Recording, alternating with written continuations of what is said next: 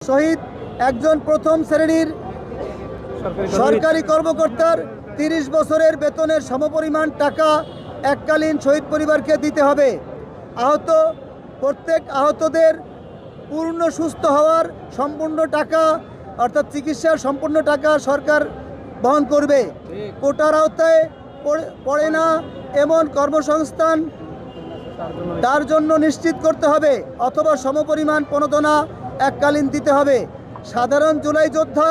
সাধারণ জুলাই যোদ্ধাদেরও কোটার আওতায় পড়ে না এমন কর্মসংস্থান নিশ্চিত করতে হবে অথবা সমপরিমাণ প্রণোদনা এককালীন দিতে হবে। কোনো অবস্থাতেই কারো জন্য কোটা রাখা যাবে না। জুলাইয়ের চেতনা বাস্তবায়নে জুলাই মাসের 20 তারিখের মধ্যে যদি আমরা এই সনদের এবং আমাদের এই মূলত যে দাবিগুলো যদি পূরণ করা না হয়, সারা বাংলাদেশ থেকে একযোগে আমরা